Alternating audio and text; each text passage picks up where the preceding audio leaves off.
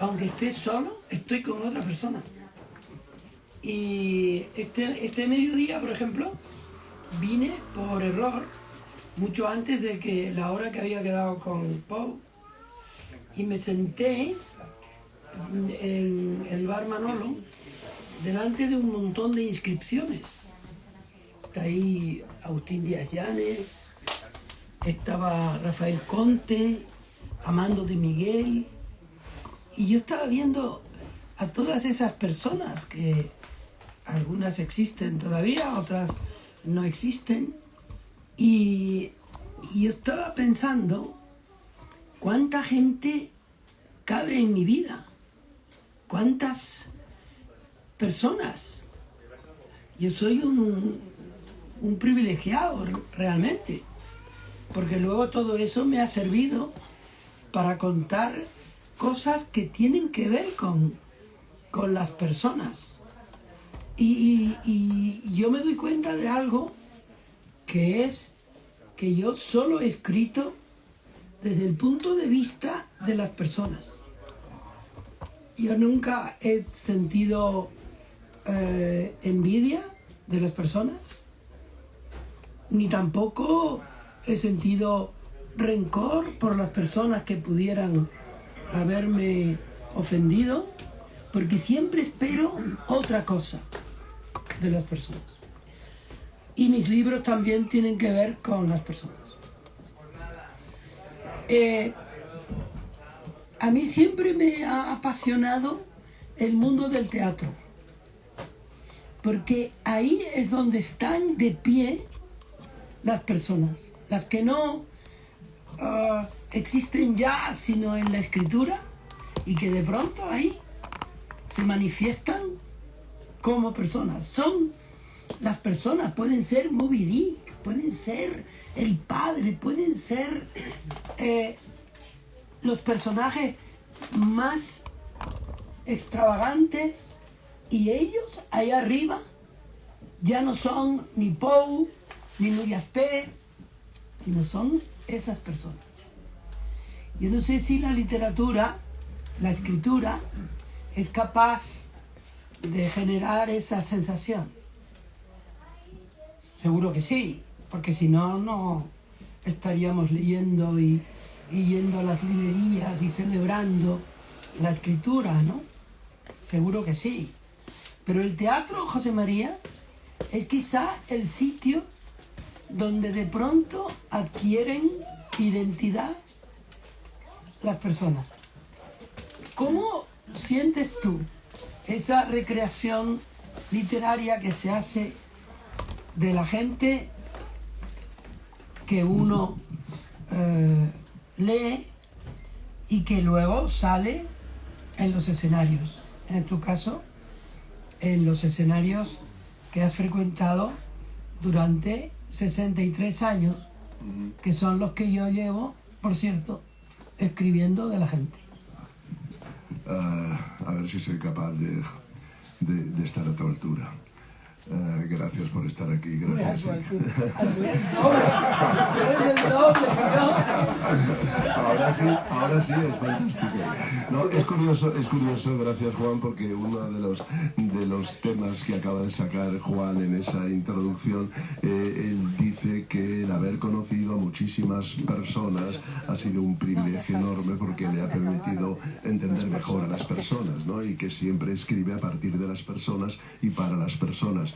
Curiosamente, en un paralelo, más o menos, yo podría decir que he sido un privilegiado por haber podido conocer a muchos personajes, a los personajes a los que he interpretado, porque ellos son los que me han hecho no solo mejor actor, al pasar a través de ellos con la experiencia y demás, sino también mejor persona, indiscutiblemente. Aun cuando la mayoría hayan sido, bueno, el 95%, pocos personajes basados en la realidad he hecho yo, pero cuando hayan sido personajes de ficción, eran tan perfectamente construidos, gracias a autores tan fantásticos, que han servido para que yo pudiera conocerme a mí mismo, con lo cual el privilegio del actor de poder pasar por muchos personajes distintos es un regalo de los dioses brutal, a no ser que uno sea un trozo de madera, un trozo de corcho absolutamente insensible. Uno sale de los personajes que interpreta, sobre todo en el mundo del teatro, más que en el cine y en la televisión. En el cine y en la televisión uno siempre está como de paso en los personajes, digamos que no profundiza, no hay tiempo de profundizar tanto, pero el mundo del teatro hace que a través del proceso de preparación, ensayos, y si luego logras un éxito, representaciones, uno viva el personaje o conviva con el personaje de tal manera que ese personaje te transforma. Es absolutamente imposible salir de él y abandonarlo. Yo estoy absolutamente consciente de que, bueno, los valores que pueda yo tener como persona ahora a mis 80 años y la experiencia o el mínimo talento que pueda tener encima del escenario son producto de todo lo que me han regalado esos personajes que yo he pasado, que por otra parte, y yendo más hacia atrás todavía, esos personajes son fruto del talento de unas personas que los crearon y escribieron y que los pusieron en mis manos. Yo tengo un poco siempre la sensación de que los actores no somos más que meros transmisores entre el autor y el público. Y creo que esa es la misión de los actores, salir a contar una historia que han contado otros, que han escrito otros, que han generado otros, y tener el talento suficiente para transmitirla. La misión del actor encima de un escenario, delante de una cámara, es puramente de intérprete, no en el sentido de intérprete sinónimo de actor, sino de intérprete sinónimo de traductor casi. De traducir bien, de llevar bien hacia el público lo que ha escrito el autor, con lo cual a veces los actores seguimos teniendo un poco la sensación de que el mérito siempre es de todos los demás, ¿no? Yo me considero un privilegiado por haber podido pasar a lo largo de mi vida, pues por hablar solo de los últimos, por ese personaje como el padre que a mí me está tocando muchísimo, muchísimo, quizá porque el padre me ha llegado en una edad en la que uno también empieza a pensar y en escenas si hay división entre la realidad y la ficción. Luego más adelante puedo contar alguna anécdota concreta de que me ha pasado durante las funciones del padre, pero he tenido la suerte de interpretar personajes como el Capitán Ahab de Moby Dick, o encarnar a Cicerón, o encarnar a Sócrates, o aquel arquitecto hace unos años enamorado de una cabra, y otros como Falstaff de Shakespeare, el Rey Lear y demás. De todos esos personajes sales absolutamente enriquecido y convertido en otra persona, con lo cual el privilegio tuyo de crear en la máquina, basándote en las personas, lo he tenido yo basándome en los personajes. Y de todos esos personajes que has dicho, ¿cuál ha sido el que más se parece a ti? A mí me gustaría muchísimo no tener que decirte el de ahora. Me encantaría, pero debo decir que cada día, y llevo ya hechas 200 y pico de representaciones del padre, cada día durante la función, en algún momento me muero de miedo pensando, desdoblándome, que a mí me estuviera pasando realmente lo que le pasa al personaje. Y muchas veces, cuando termina la función y luego llego a mi casa o al hotel y demás, y se queda uno solo y piensa, y dices, pues, ¿por qué me está costando tan poco hacer ese personaje? ¿Por qué me resulta tan fácil? Y uno llega a la terrible conclusión de decir, pues porque a lo mejor no estoy interpretando al personaje, a lo mejor me estoy enseñando, me estoy desnudando yo mismo. Yo he construido ese personaje a partir del miedo terrible a llegar a ser el personaje. Yo recuerdo en los primeros ensayos que me ponía nerviosísimo cuando tenía que intentar revivir y crearme las situaciones, y sobre todo ese viaje brutal que hace el personaje de un ser autoritario que está diciendo continuamente yo puedo vivir solo, no necesito a nadie, que es una característica muy propia de la gente que llega a esos niveles de enfermedad, a ese final convertido en un niño absolutamente vulnerable, desamparado, llamando a su mamá desesperadamente. Ese es un viaje que a mí me daba un miedo horroroso, porque durante los ensayos a mí me entraban hasta mareos de pensar que esa frase, esa situación que estaba viviendo el personaje pudiera llegar a vivirla yo realmente. y me sigue pasando cada día. Pero por otra parte no creo que se tenga nada ni de dramático ni de especial, porque es normal que se le ocurra a cualquier persona a una edad determinada como la que he llegado yo, por suerte muy bien. Pero yo creo que estamos hablando demasiado de mí, Juan. Hemos venido a hablar de tu libro. Claro, y de eso se trata. Y no, pero de tu libro. Hablemos de tu libro. Una pregunta más y ya pasamos a hablar de otra cosa. Bueno, ¿no será que nosotros a lo largo del tiempo no nos damos cuenta de la cantidad de cosas que ya hemos olvidado? Creemos que olvidamos radicalmente y a lo mejor vamos olvidando. Sí, sí, es posible y tú lo cuentas muy bien en ese libro. Ese es un libro basado en la recuperación de las cosas que uno creía olvidadas, ¿no? Yo recuerdo, y empezamos a hablar de tu libro ya, yo recuerdo que cuando leí el libro tuyo hace ya tiempo, lo he releído ahora últimamente, lógicamente, cuando leí el libro tuyo, me sorprendió que tuvieras tan vivos. Luego tú mismo podrás contarnos si es verdad o no, hasta qué punto te costó, pero que tuvieras tan vivos esos recuerdos y esas anécdotas tan precisas. Todos sabemos que la infancia nos marca muchísimo, pero a los niveles de detalle y a los que tú llegabas en el libro, a mí me sorprendió, y cada página que yo leía de tu libro me estaba obligando a mí, y yo creo que ese es uno de los grandes valores del libro, más allá de los valores literarios y de tu talento, por supuesto, pero valores con respecto a la gente que lo lea y demás. El libro me obliga a mí mismo a hacer memoria. El libro me obligaba a mí mismo, página a página, a hacer memoria. Y leyendo ese libro tuyo, yo recuperé, y lo digo de verdad, muy sinceramente, no es algo fácil, yo recuperé parte de mi infancia, o parte de los recuerdos de mi infancia. Eso mismo que tú cuentas en el libro y que me contabas hace un momento mientras tomábamos café, que tú te pones a escribir prácticamente sin un plan premeditado, y es la memoria la que te va dictando, y el simple hecho de escribir va despertando más y más y más todavía la memoria, y se va desarrollando más, ¿no? Y va presionando más, y van apareciendo cosas que creías olvidadas. Eso me pasó a mí como lector, lo cual habla maravillas del valor de la lectura, del valor del libro y sobre todo del valor del autor de ser sincero consigo mismo y ser capaz de transmitir de convencer al lector de que lo que hay ahí es una verdad. A mí me admira ya sé que la literatura es ficción siempre y es realidad ficcionada y es realidad transformada, pero me admira el valor de ser capaz de recordar tu infancia de esa manera como lo haces en el libro. Sí, fue dura, pero la infancia, esa infancia que fue dura, luego está siempre. Ya, yo no claro. sé si a ti te pasaron, no sé si esto está funcionando. Sí. No sé si a ti, que eres casi contemporáneo mío, Soy mayor. Mayor, pero bueno, no tanto. Mayor de estatura también. 5 años. Bueno, lo que a ti ¿tú te has sentido retratado en alguno de los episodios que este chico vivió? No, debo decir que mi infancia fue, no digo radicalmente distinta, pero muy distinta. A mí me sorprendió haber conocido a través del libro cómo fue tu infancia, y por eso admiro profundamente esa capacidad de desnudarse de esa manera.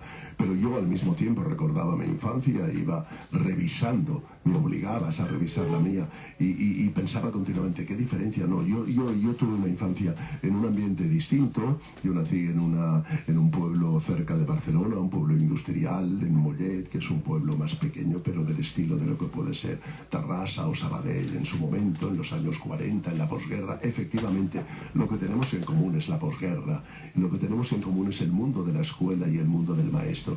Pero yo nunca tuve en mi infancia una pandilla de amigos como la de Crispín, la de Jero y de esos amigos. Ni yo jugaba tanto en la calle como tú cuentas continuamente, quizá por las circunstancias y el barrio en el que naciste y vivías.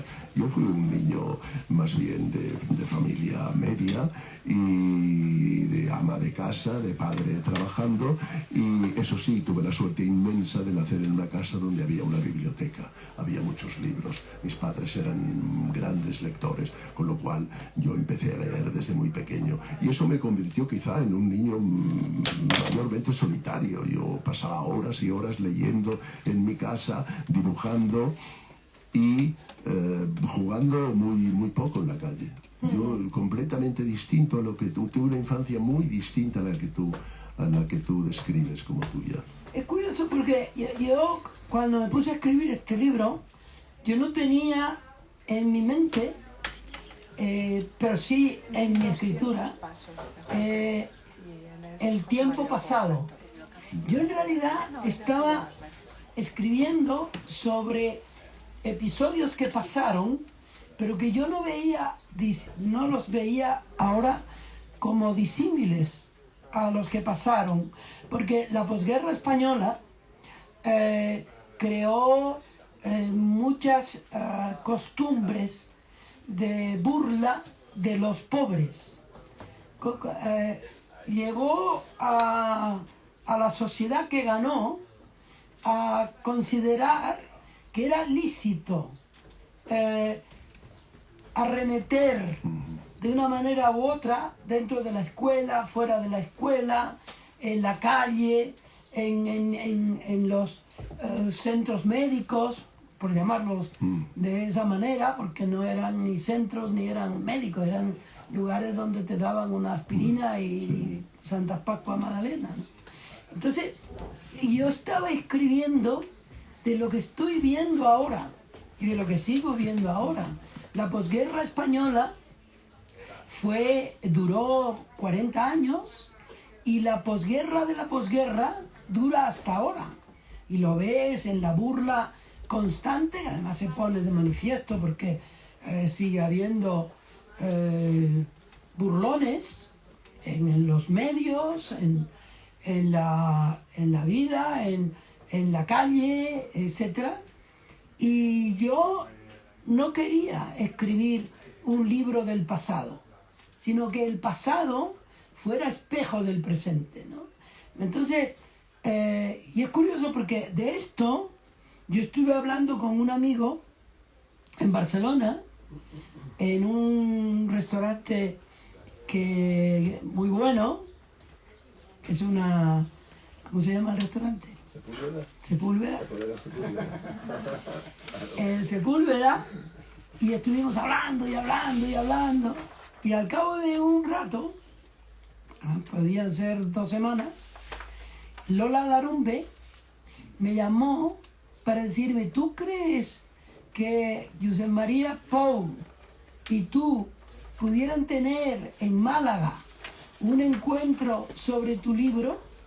Y ella ni sabía que había estado contigo, ni sabía que tú hubieras leído el libro, etc. Con lo cual, en la vida hay conjunciones que se parecen también a los sueños, que uno sueña algo y después va y ocurre, ¿no? Por supuesto.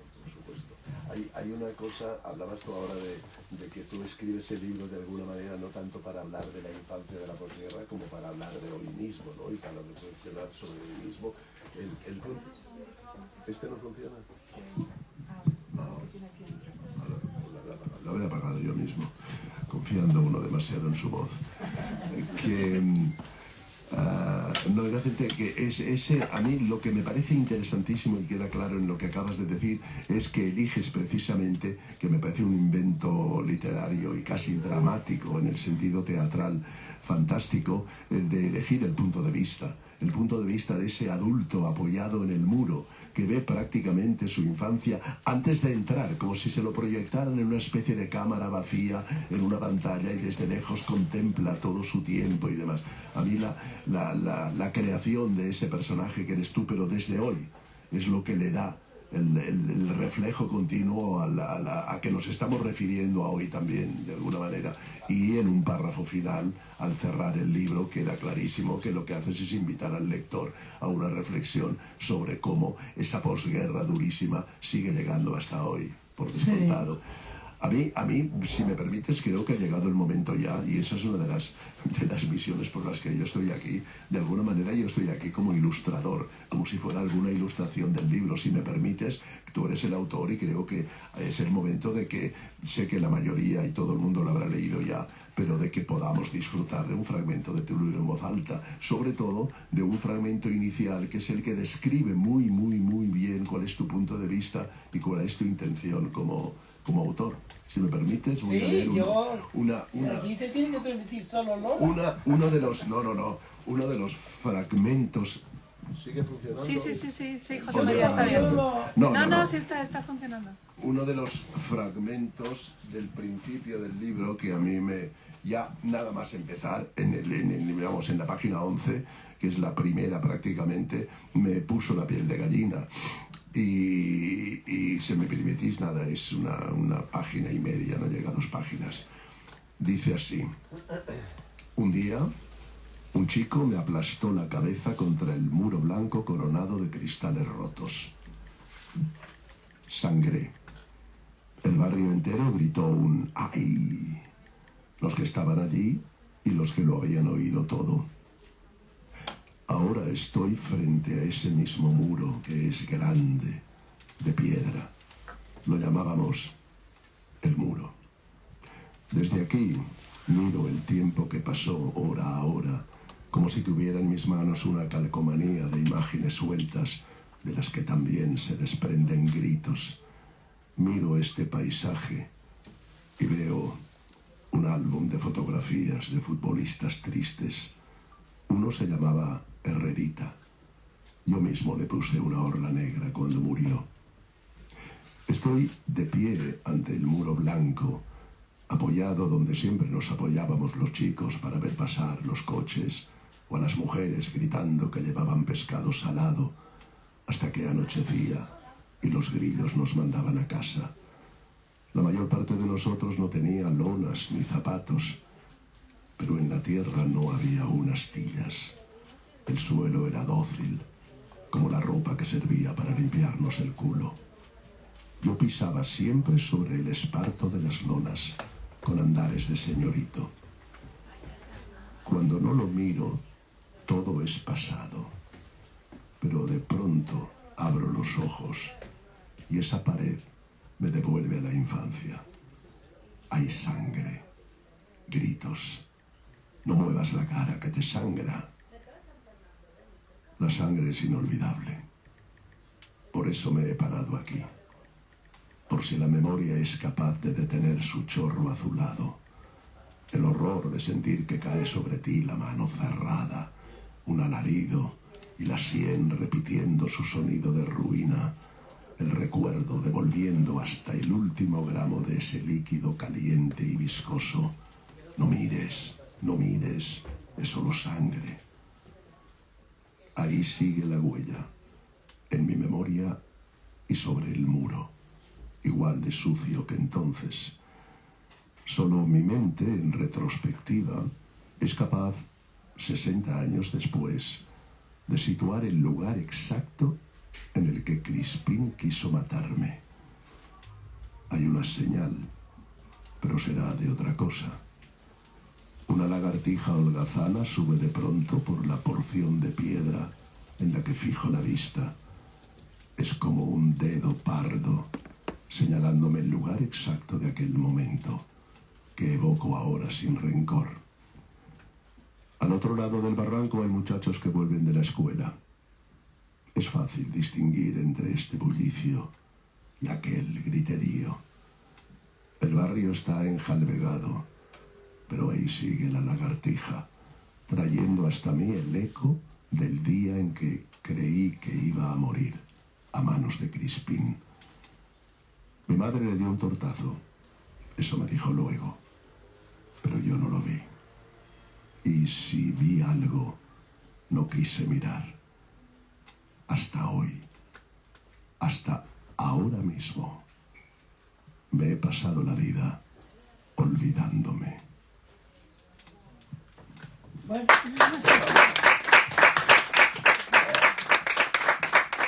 Confieso que me parece... Yo también te confieso. Magistral, eso es brutal. Bueno, te confieso que durante muchos años yo he publicado muchos libros y nunca nadie lo había leído en público. ¿No? Y sobre todo no lo habías leído tú en público. Con lo cual yo me siento muy emocionado porque ese párrafo dice bastante de quién soy yo y de qué era el barrio y de cómo eran los chicos y hasta qué punto ellos no eran los culpables de haberme tratado así. Era el universo en el que vivíamos, la pobreza, la falta de solidaridad que nos transmitía la vida. La gente era muy pobre y no tenía cultura. De hecho, yo fui el único chico entonces que por razones de mi salud, uno de los pocos chicos que pudieron dejar de trabajar tan pronto. Ellos trabajaban enseguida y eran analfabetos. Y las mujeres eran generalmente analfabetas. Y yo era el que les escribía las cartas. Entonces, yo viví un mundo inolvidable. Porque es también un mundo que no ha dejado de existir. Que no ha dejado de existir. Y eso es terrible decirlo. Porque nosotros hemos creído que ahora se vive en los barrios de otra manera. Y los barrios están igual de desamparados. Y el modo que tiene la vida de despreciar a los no pudientes es muy dolorosa. Y yo lo vivo constantemente en las calles de Madrid también.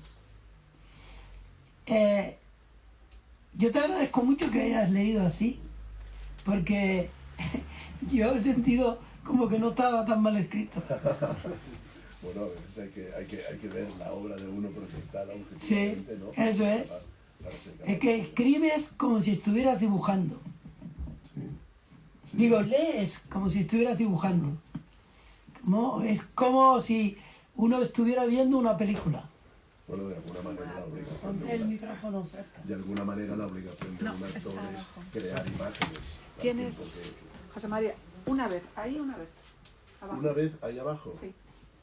Ya está. Qué bestia, yo que he trabajado en la radio 50 años, que no me esté pasando esto. La culpa será del micro. No, será. La culpa es del micro. Digo yo. El micro es... No. Que pues lo que te decía, la obligación del actor de alguna manera es transmitir emociones y también crear imágenes con las palabras.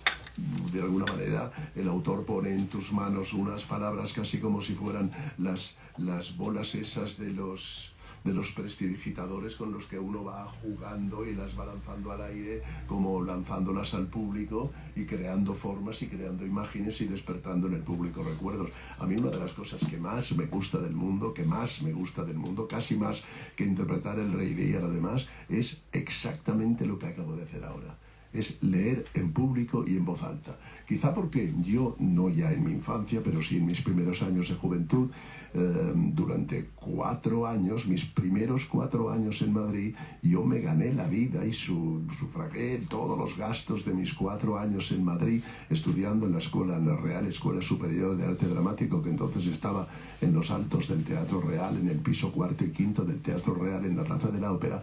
Y yo estuve 4 años enteros levantándome todos los días a las 7 de la mañana para entrar a las 8:30 de la mañana en el edificio de la Organización Nacional de Ciegos en la calle Prim, donde había un servicio que se llamaba El Libro Hablado, donde había una serie de personas, normalmente éramos alevines de actores jóvenes, que nos encerrábamos allí en unas cabinas con un técnico, con un magnetofón de aquella época, y leíamos libros en voz alta que quedaban grabados. Luego de esas grabaciones se hacían miles de copias en cassette que se distribuían por todos los invidentes de toda España. Yo todavía me encuentro y me emociono al final de alguna función en cualquier teatro de España, cuando estoy de gira, alguien que viene y me dice: cómo reconozco su voz, mi padre, mi abuelo y demás estuvo escuchando durante muchos años con su voz un montón estuvo leyendo con su voz, que es muy bonito eso, un montón de libros, ¿no?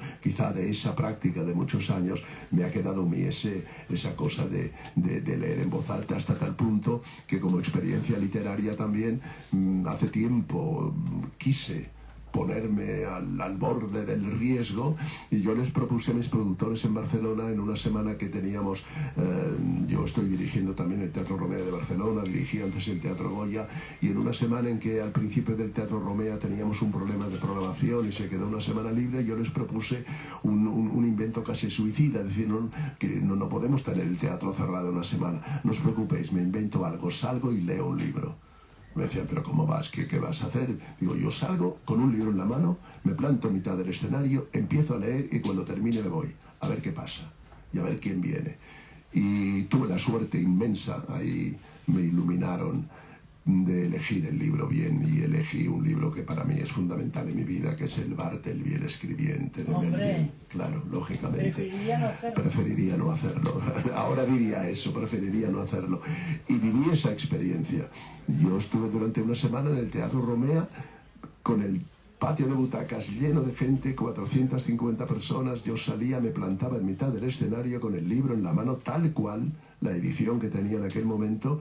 Abría por la primera página, leía el libro entero de la misma manera, con mayor o menor acierto que he leído este fragmento, hasta que terminaba. Esa lectura duraba exactamente 1 hora, casi 40 minutos. Y no se vio nunca respirar a nadie. Y ahí fue donde yo me convencí que uno de los mayores placeres y quizá uno de los mejores espectáculos es leer en voz alta, sí, y compartir con los demás un texto, ¿no? Un libro siempre está escrito, me parece a mí, en voz alta. Y la voz alta no es siempre la del autor. La voz alta es la del editor. Aquí señalo a Carolina Arroyo. Porque uno escribe, el escritor escribe, yo he sido editor también. Sí, sí. Alfaguara, y conozco un poco ese mundo del escritor engreído que considera que ya está, cuando lo entrega ya está. Pero luego viene la lectura en alto, que es la lectura del editor, que dice: oye, aquí yo creo que te has pasado. Y entonces te lo lee en alto, no porque te lo lea realmente en alto, sino porque va diciéndote cómo suena lo que tú has escrito. Y entonces viene tu espejo a romperte la cabeza. Y seguramente eso que tú has leído y que tiene esa consecuencia casi gráfica que le has dado tú, ya viene arreglado de la editorial, no del autor.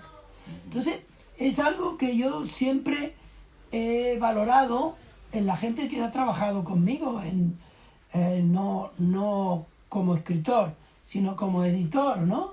Venían compañeros y decían: es que esto no suena, Vargas Llosa, esto no suena, Günter Grass, esto no suena, la traducción. Y cuando suena es cuando el editor lo maneja con la idea de darle consonancia a la escritura, ¿no? Para mí, esa es una señal de lectura. La lectura es eso, hacer que suene adecuadamente, ¿no? Y a mí ahora, como lector, como simple lector, se me ocurre una pregunta, y es, supongo que es una eterna pregunta en el mundo, sobre todo en el ámbito literario. ¿Cuánto hay en cada libro del editor y cuánto hay del autor original?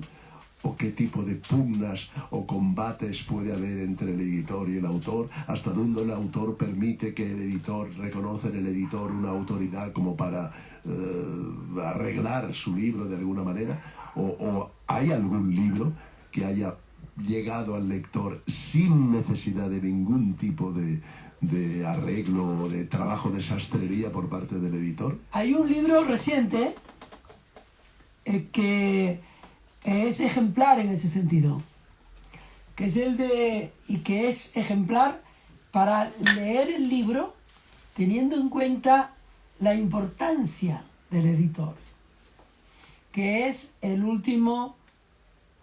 póstumo de Gabriel García Márquez. Ese es un ejemplo extraordinario y muy generoso por parte de la familia de García Márquez y por parte del propio García Márquez y por parte de la editorial, porque las editoriales pueden publicar los libros tal como les llega, podría ser, pero las editoriales tienen una enorme responsabilidad que cumplen, y eso a mí me parece que considerar que el autor ya hizo el libro es minusvalorar algo que es fundamental en el libro que ya llega a las librerías. ¿Tú cómo lo ves? Yo creo que no hay pugna, no hay lucha entre el autor y el editor. Lo que hay es una conversación y el libro final es el resultado de esa conversación entre el autor y el editor. Entonces el editor está, pero es invisible y está bien que así sea, invisible.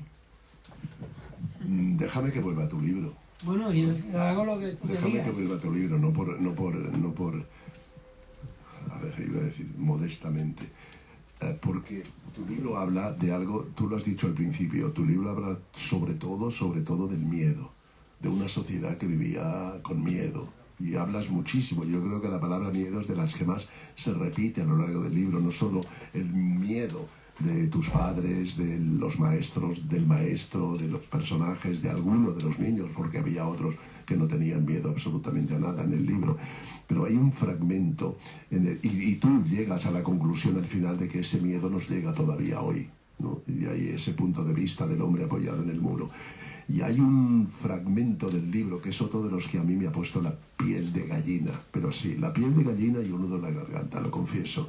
No sé si lo conseguiré, no es mi propósito únicamente es leer lo que ha escrito Juan, tal cual, pero a mí me emociona especialmente que sea capaz de describirse a sí mismo de alguna manera como lo hace, o de describir una de sus sensaciones, de sus miedos, del miedo que le atenazaba. Es un fragmento cortito que dice: yo conocía ya todas las maneras del miedo, y aunque me estimulaba a no sentirlo, no sabía ponerle nombre. No tenía las palabras con las que ahora lo afronto, así que me atormentaba igual. El cabrón del miedo podía aparecer en cualquier momento, asomarse por cualquier esquina, mirándome desde el cielo raso. Niebla en los huesos, la calle de tierra, el chillido de los grillos, hierro volando, eran esas alas negras. Cuando se oía un grito, casi siempre era un insulto. Ven acá, cabrón, que me tienes harto. Luego, el silencio interrumpido por el ventanal verde de las plataneras. En la casa contaba sueños que eran mentira. Y también contaba los dedos de mis manos, en solitario, como si aún fuera un niño cuyo juguete era su propio cuerpo. En la escuela no hablaba nunca, para que no me miraran. Todo a mi alrededor me parecía una amenaza. Los niños tenían la audacia de la que yo carecía. Cuando decían cualquier cosa era incapaz de nada que no fuera a sentir callado. Las manos dibujando naderías en el pizarrín sin colores. No veía la hora de que acabara la clase. Y cuando ésta terminaba, don Domingo, como si se oliera algo, se acercaba a mí para preguntarme, mesándose la barba de chivo: ¿Todo bien? ¿O tienes algo que contarme? Luego chasqueaba la lengua como en las películas del oeste, me guiñaba el ojo y se iba con una mano en el bolsillo. Mi madre decía que era un hombre elegante, tan repeinado. Mira lo bien que le queda la barba al bandido. Si alguien me hubiera preguntado entonces sobre la vida en la escuela, solo habría movido los hombros, sin responder nada.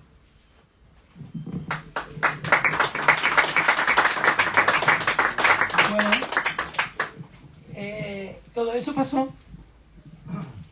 Lo que pasa es que cuando uno lo escribe, le pasa otra vez. Y cuando uno lo lee, le pasa de nuevo, a pesar de que haya pasado el tiempo, ¿no? Porque la literatura siempre pone de pie aquello que ya fue escrito, aunque lo haya escrito en la época de Homero o alguien. La literatura tiene la manía de ser actual. Sí, es interesante, no me refiero al caso mío, pero la literatura tiene la manía de actualizarlo todo.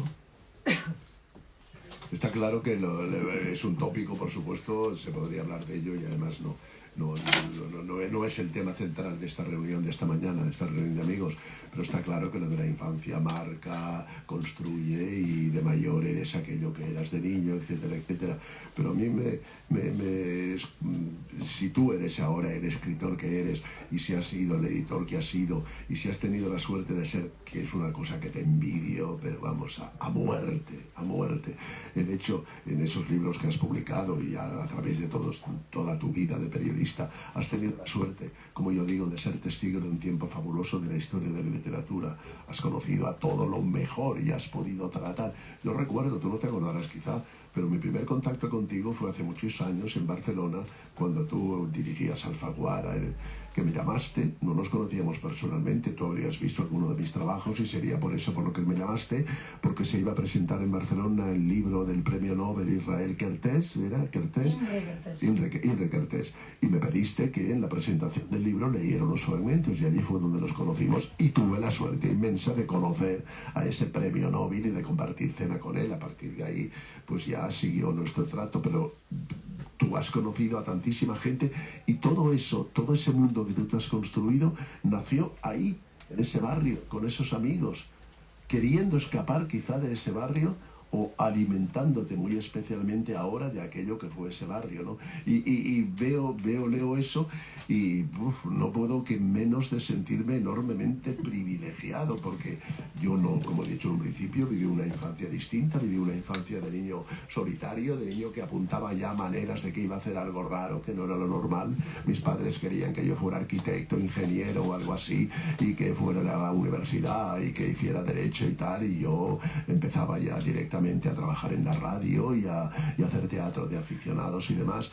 Pero yo tengo un recuerdo de infancia, quisiera ahora ponerme a tu altura y recordar un poco mi infancia, y tengo un recuerdo de infancia que estoy seguro que es el que marcó mi vida sin que yo me diera cuenta en ese momento. Yo he contado ya alguna vez que a mis 16, 17 años, cuando uno empieza más o menos a decidir o a ver claro qué es lo que quiere ser y cómo quiere orientarse, yo quería ser periodista. Yo quería ser periodista y periodista en la radio, además. Quizá porque me pasaba horas y horas escuchando la radio en los años 50 con mis 13 o 14 años. Y quería ser uno de esos señores que hablaban en la radio como Joaquín Soler Serrano y más tarde todos esos. Pero no es verdad. En el fondo quedaba algo marcado por la infancia.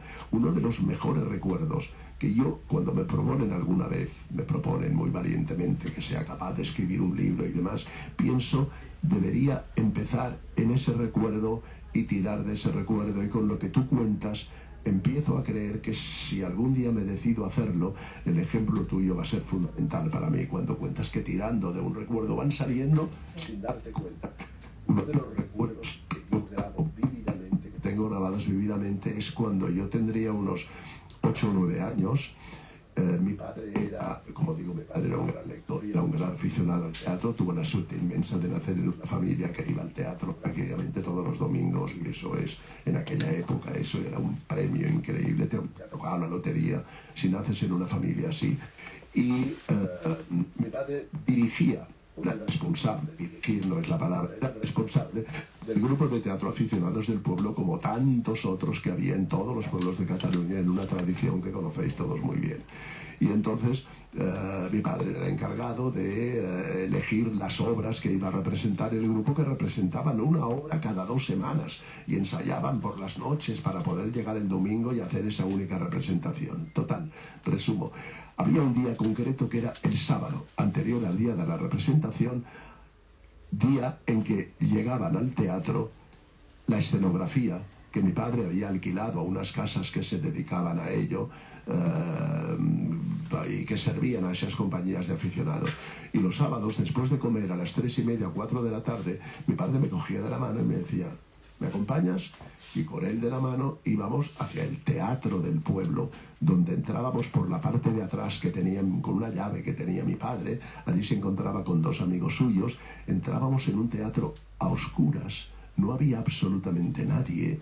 Mi padre encendía poco a poco los interruptores según íbamos avanzando por los pasillos del teatro hasta llegar al escenario. Y entonces mi padre y sus 2 amigos cogían una inmensa caja de maderas que había traído un transportista, la abría y empezaba con sus 2 colaboradores a desplegar, lo estoy viendo ahora gráficamente, a desplegar esos telones inmensos que llegaban de una punta a la otra del escenario, con sus dobleces perfectamente hechos y marcados de los cientos y cientos y cientos de representaciones para las que habían servido ya esos decorados. Y entonces mi padre me decía: siéntate ahí, en el patio de butacas, oscuro, y no digas nada, y no molestes, estate ahí. Y yo me pasé muchos sábados de mi vida, con 7, 8 años y hasta los 9 y hasta los 10, porque era una cosa que me entusiasmaba, sentado en un patio de butacas de un teatro, yo solo, viendo cómo, después de extender los decorados y clavarlos con unas tachuelas y con unos clavos, mi padre decía: para arriba, y había un señor arriba que tiraba de las cuerdas, y aquel trozo de papel se levantaba y era un palacio, era un bosque, era el mar de la China, era algo extraordinario. Yo creo que mi vida entera está marcada por esos momentos en los que me parecía que alguien estaba construyendo para mí en un escenario un mundo especial. Yo, si soy actor, si me dedico al teatro, estoy seguro que es por esa experiencia en concreto, no por ninguna otra, con lo cual lo de la infancia es fundamental. Y fíjate, si yo soy una persona que escribe, lo debe a un chico que se llamaba como yo y que se sigue llamando como yo, que una vez encontró entre los libros por los que transitó el poema If de Rudyard Kipling. Lo mencionas aquí en un momento Sí. sin mencionarlo. Y entonces me gustó mucho ese poema, pero yo era un chico del barrio, ¿no? Yo no era... No sé por qué llegó ese poema a mi casa o a mis manos.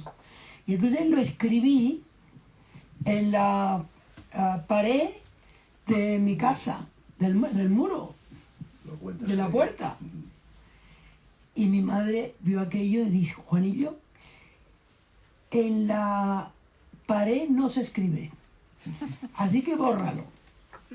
Y entonces yo lo borré con la uña, chin, chin, chin, chin, hasta abajo, hasta donde dice, porque me parecía parte del poema, traducción Miquel Arena. Y lo puse hasta la traducción Miquel Arena. ¿Qué país ni qué nada? Me pasaron muchas cosas con ese poema, muchas cosas.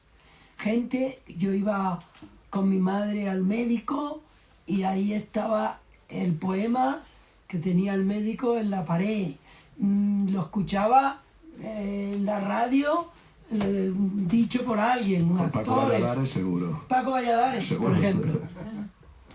Y un día, muchos años después, ustedes saben que la pared no se borra nunca. Lo que tú escribes en la pared, tú lo borras y sigue la huella ahí, toda la vida, toda la vida. Y entonces, cuando mi hija tenía 16 años, me llamó por teléfono, y yo estaría en Madrid, supongo, me dijo, pa, he visto la huella de If en la pared. Y ahí sigue, ahí la huella de If. Y yo creo que yo soy escritor porque una vez escribí un poema en la pared. Oye, ya estamos, esto, Lola dice que ya se acabó. Lola dice que No he dicho nada, no he dicho nada, estoy aquí muda. No, entonces, antes de que tengamos que irnos corriendo, hay que leer el final del libro. Bueno, El final del libro, que es el que conecta toda esa infancia con la actualidad. Sobre todo Eso en el es. último párrafo prácticamente es el que te liga absolutamente como un mazazo y te das cuenta que toda esa infancia de la posguerra y demás, como tú has dicho en principio, esa posguerra, ese miedo, esa angustia sigue pasando y ay, en el micro, por cierto, aquí, perdón, tengo unas manos que vuelan solas. el actor que hay en ti. El actor. Ese es justo el capítulo final breve, nos da tiempo, sí, pero además da igual, hay que disfrutar de él. Entre el rebumbio aquel de guardias civiles, vi pagar la cuenta de lo que había consumido el Sarasa. Y más allá de las mesas de metal barato, vi, de pie, la mirada del Bigotes, que se había detenido en mí con saña, como si me quisiera romper allí mismo la edad y el porvenir y el pasado. Pero sobre todo advertí que se llevaban a don Domingo, dos de aquellos policías sin uniforme, uno de los cuales lo apuntaba con un revólver chico en el parietal mismo. El maestro miraba al suelo, disimulando quizá su estupor, y junto a él estaba desmayado el camarada que había ido a poner en marcha el sueño de romper en plena ciudad un monumento que no hubiera resistido ni una de aquellas cargas que mis padres habían ido guardando como si fueran libros. A Crispín y a mí nos cogieron a la vez dos policías del mismo calibre, también vestidos como cualquiera. No nos dijeron nada, solo nos doblaron la mano para que supiéramos dónde estaba la fuerza. Y Crispín comenzó a llorar. En el gobierno civil, que estaba como a tiro de piedra, nos metieron por un boquete oscuro que daba a una sala en la que había un hombre con los ojos vendados, o al menos disimulados, tras unas gafas que parecían de ciego. Nos hizo bromas sobre nuestro aspecto de mariquitas y empezó a acariciarnos con una pistola de juguete antes de pasar a las armas verdaderas. Luego dijo, no se asusten, y se hizo el silencio, en medio del cual empezamos a escuchar sonidos horrendos de personas que sin duda estaban siendo torturadas. A Crispín se le ocurrió preguntar por eso, y sentí entonces que ni el propio Crispín hubiera soñado jamás con golpes tan arteros. Él lloró.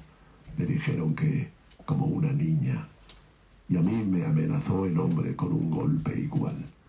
Y así siguieron parte de la noche y de la madrugada. En un momento determinado quisimos preguntar por el maestro y por el camarada, pero nos ordenaron silencio, de modo que callamos hasta el amanecer. El despacho del comisario tenía uno de aquellos retratos, como el de la escuela, e incluso había un mapa igual. Nos dijo que nos quedáramos en pie, que nos tenía ya destinos asignados, pero antes nos soltó un sermón sobre la patria, que yo escuché solo a medias, preocupado por lo que esperarían mis padres que pasara, y por lo que sentiría la muy olvidada madre de Crispín. ¿Dónde estaría esa mujer? La imaginé en aquellas playas, desmadejada, habiendo consumido ya la grifa o lo que fuera. Pero el comisario me alertó contra el despiste y me pegó con una fusta que parecía de caballos. Había alguien que nos recogería y que nos llevaría a los adecuados reformatorios. Esa persona tardó en llegar y vino precedida de un olor propio de curas. Era en efecto aquel canónigo que mi madre había tenido como predilecto. Se dirigió a mí y me dijo al oído, ella ya lo sabe todo. Al maestro y a su amigo les espera un buen tiempo encerrados. A tus padres los han llevado al cuartelillo. Aún no hay cargos, pero ya se precipitan.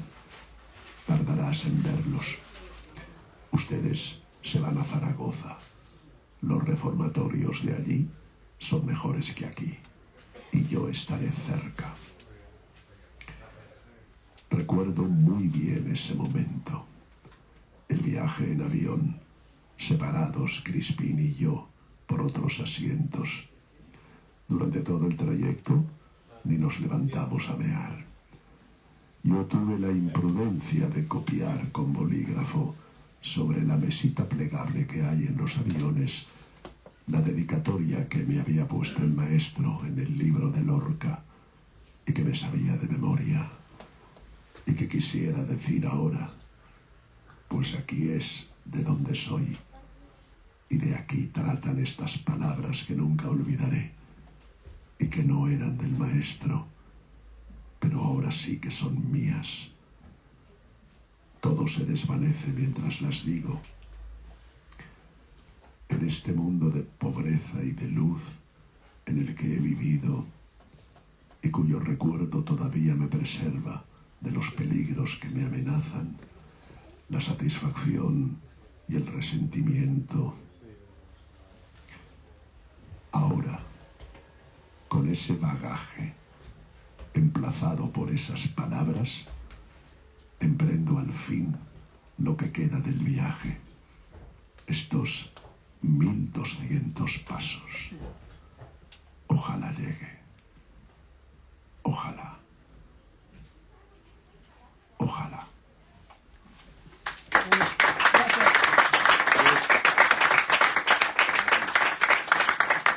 gracias a todos.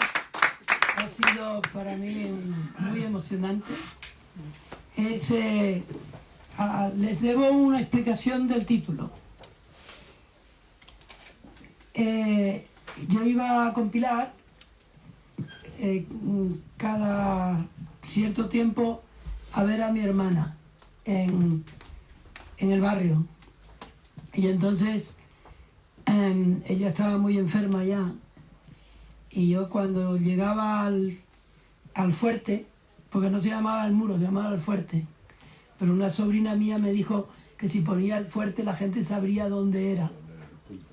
Pero bueno, todo el mundo lo sabría. Y entonces, cuando subíamos la cuesta para llegar a la casa de mi hermana, yo siempre contaba los pasos, o creía estar contando los pasos. Y siempre me parecía que eran 1200. Y por eso el libro se llama 1200 pasos. Muchas gracias a todos.